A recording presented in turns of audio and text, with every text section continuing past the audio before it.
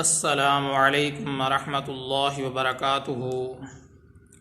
محترم سامعین، آج کے ٹاپک میں ایک شرعی مسئلے کی وضاحت کرنا مقصود ہے۔ وہ شرعی مسئلہ یہ ہے، اگر بیٹا نماز پڑھ رہا ہو، والدین اس کو آواز دے رہے ہوں، تو آیا نماز کو توڑنا بیٹے کے لیے جائز ہے یا نہیں؟ اس بارے شرعی حکم کیا ہے؟ محترم سامعین، یہ بات واضح رہنی چاہیے، اگر بیٹا فرض نماز پڑھ رہا ہو، والدین آواز دیں تو بیٹے کو نماز کو برقرار رکھنا چاہیے، نماز کو توڑنا نہیں چاہیے۔ لیکن اگر بیٹا نفل نماز پڑھ رہا ہو، والدین جانتے بھی ہوں کہ بیٹا نماز کے اندر موجود ہے، اس کے باوجود بھی وہ اگر آواز دے رہے ہیں تو اس صورت میں بھی بہتر یہ ہے کہ نماز کو نہ توڑے۔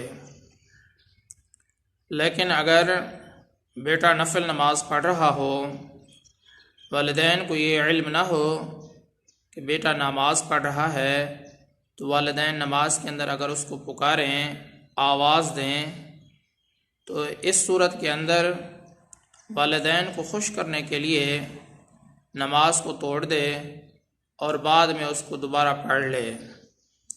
لیکن اگر صورتحال یہ ہو، والدین اپنی جان بچانے کے لیے یا کسی کو مصیبت سے بچانے کے لیے اپنے بیٹے کو آواز دے رہے ہوں اور بیٹا نماز پڑھ رہا ہو، تو اس صورت کے اندر چاہے فرض نماز ہو چاہے نفل نماز ہو، ہر صورت میں نماز کو توڑ دینا چاہیے اور والدین کی مدد کرنی چاہیے۔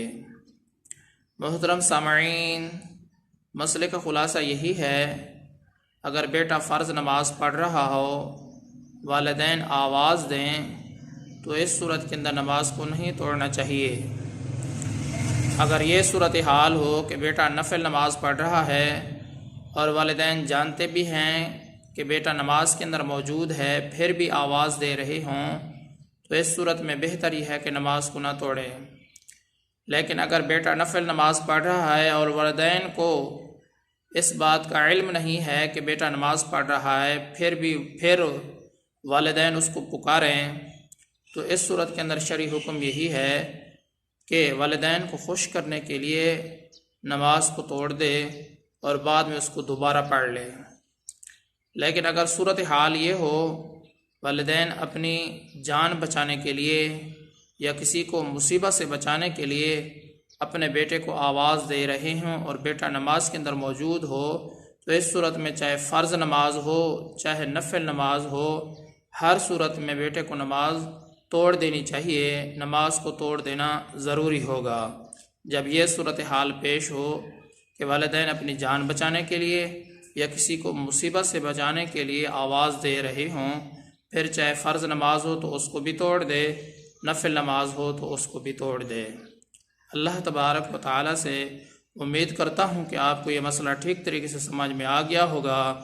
میں آپ سب کی دعاؤں کا طلبگار ہوں۔ محمد ثناء اللہ فاروق۔